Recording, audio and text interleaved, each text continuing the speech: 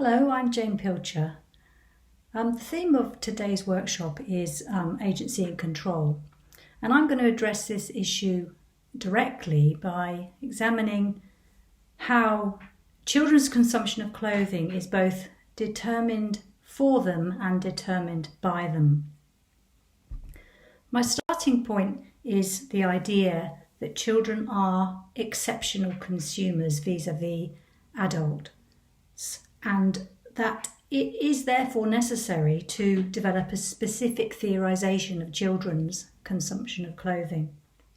A key reason why children are exceptional consumers deserving of a specific theorisation is that they are subject to disciplinary, regulatory discourses of childhood. I argue that to help us understand issues of power and control in children's consumption of their clothing, it's useful to think about what I call determinativity.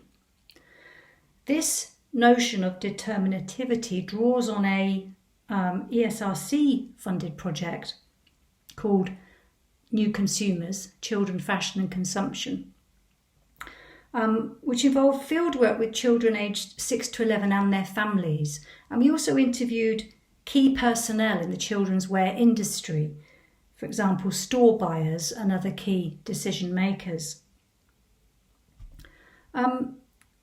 Determinativity in children's clothing consumption addresses the dual meanings of the word determined. So we use determined to mean to direct or qualify. An example here would be what we are going to do today will be determined by the weather. But we also use determined to mean to be purposeful or intentional or strategic. So an example here would be she is determined to be the first woman president of the United States.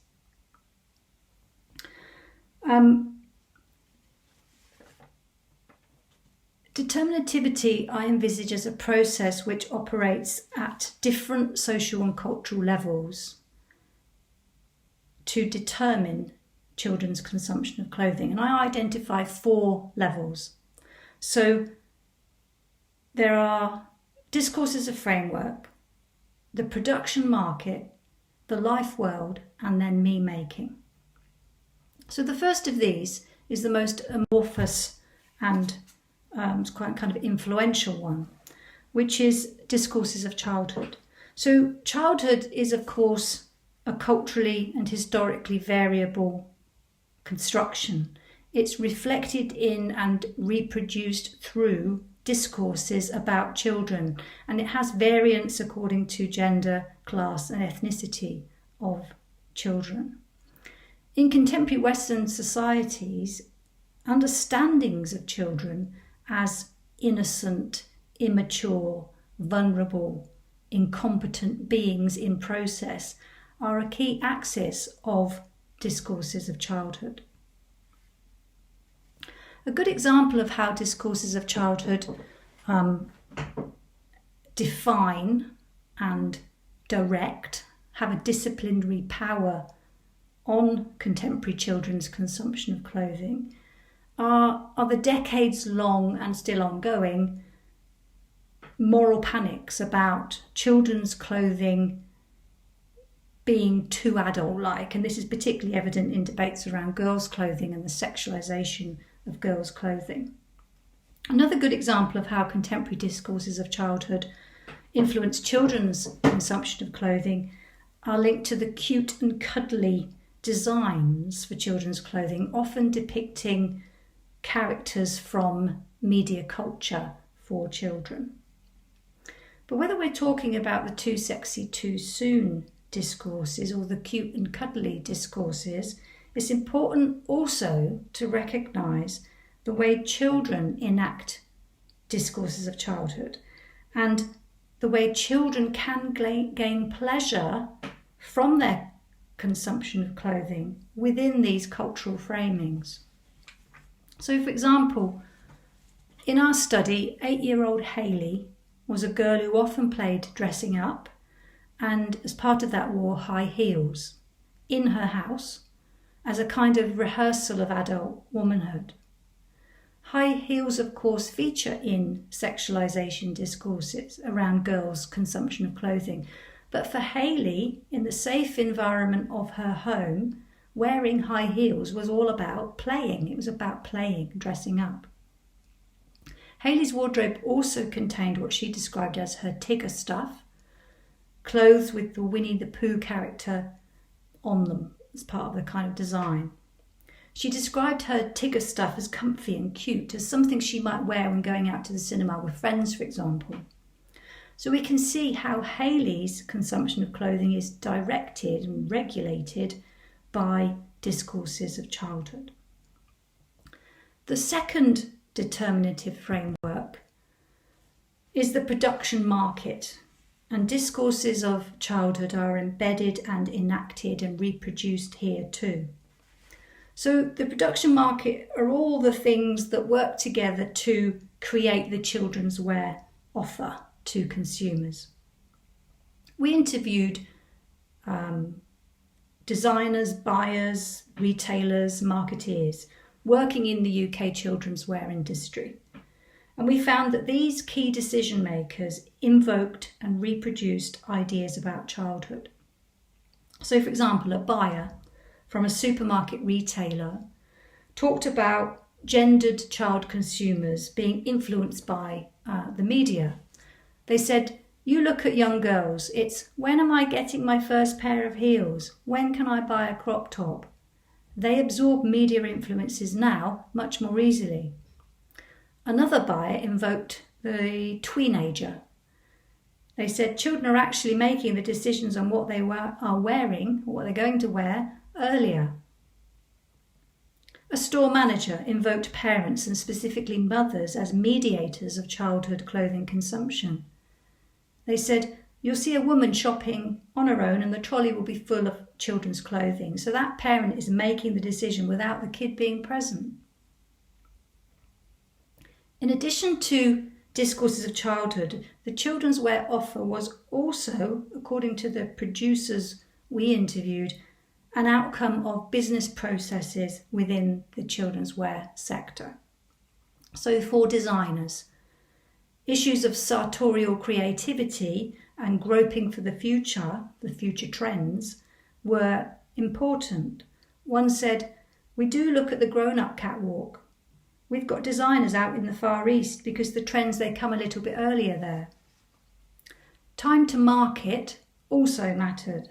One clothing retailer told us, we've actually gone to other suppliers now to cut that time down. It was taking months and now it's taking 6 weeks. Competition, business rivalry, these were other factors identified by decision makers as things which shaped the children's wear offer. A manager of a national clothing retailer pointed to the role of supermarkets here. They said, supermarkets have had the effect of depressing the market, bringing the average selling price down. It's actually in kids' wear that supermarkets have made the biggest inroads.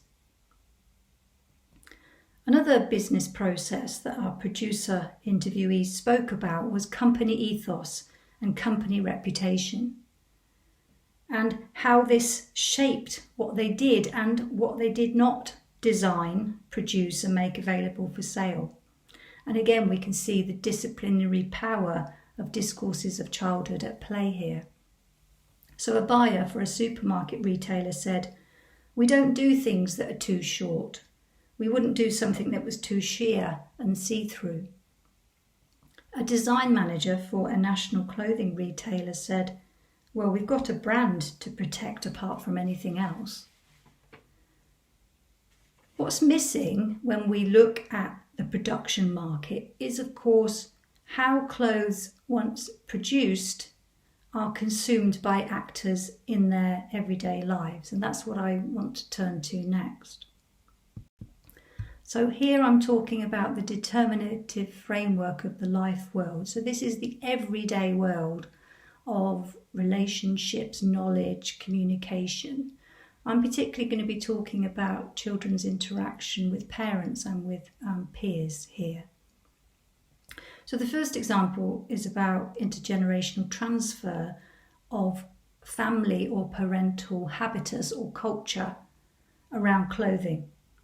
So intergenerational transfer between parents and their children, and it's mothers who especially seem to be important here. So Robert, aged 8. Robert was a very clothes conscious, designer clothes, label conscious child. And Robert identified nearly twice as many brands as any other child in our study. He identified 12 in total. His mother, Kate, herself had a very strong preference for her own clothing to be designer label or branded stuff. She said, I like the label, I like the name, and I love the quality of the clothes. In contrast, Hayley, aged 8, when she was asked if she had any clothes with a logo or a label on them, she thought we just meant a kind of design motif or even the internal label that gives washing instructions for a garment. When we explained what we actually meant, Hayley said it was stupid for people to want to wear particular brands or labels of clothes. Likewise, Hayley's mother, Janet, said that she herself gave low importance to fashion and had tried to influence Hayley in this respect. Janet said, in little ways, I'm probably trying to suggest that Hayley rejects too much emphasis on fashion and judging people by it. The second example of children's consumption of clothing being determined by their life world is in relation to peer cultures. Here, children talked about brand mania, as a particular brand name became trendy in school amongst their peer group. So Aisha, aged 12, talked about the importance of shared valuing of brands with peers. We've got the Cookie brand in school, kind of Cookie mania. Other children talked about how wearing cool stuff was important when going out with their friends. So Robert, aged 8, also talked about sharing clothing values with his peers in this way. He said if you were like going out with your mates, you'd probably wear your cool stuff because you wouldn't want your mates to say your clothes are rubbish.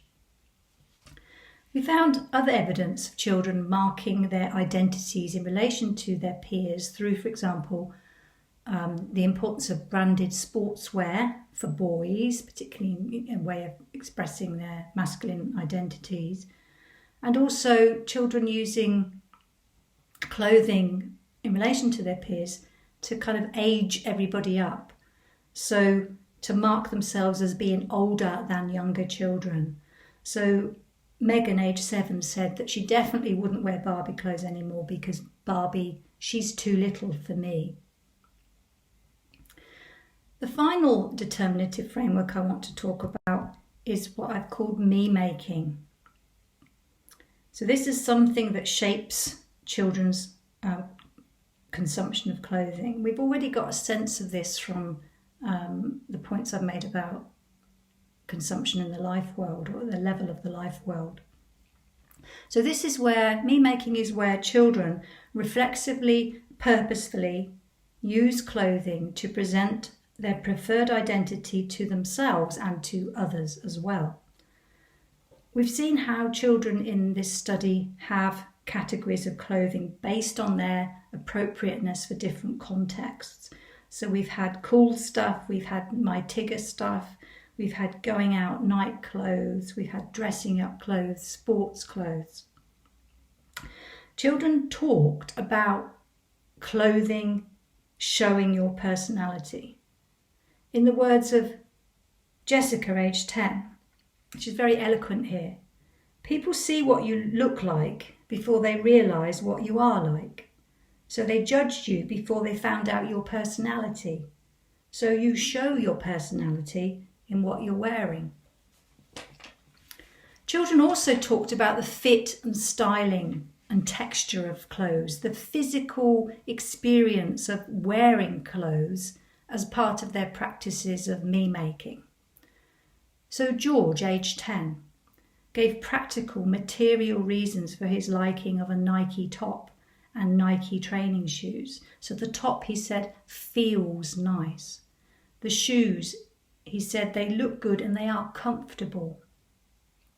For Robert, the label-conscious 8-year-old, his Ben Sherman trousers, he admitted or conceded, were a bit uncomfortable, but this sensation of discomfort while wearing them seemed to be less important to his sense of self than the fact that they were, after all, his Ben Sherman trousers. In contrast, Hayley, aged 8, said that she rarely wore a short kilt-style skirt because it made her feel self-conscious when she was doing her ordinary things like doing cartwheels or even just sitting down. She said, "It shows my knickers." The fit, the styling of this particular item of clothing caused problems then for Hayley's sense of self, for being herself. In different ways then, children in our study used clothing to, as Robert put it, make me look like me, or as Hayley said, to make themselves be one of a kind.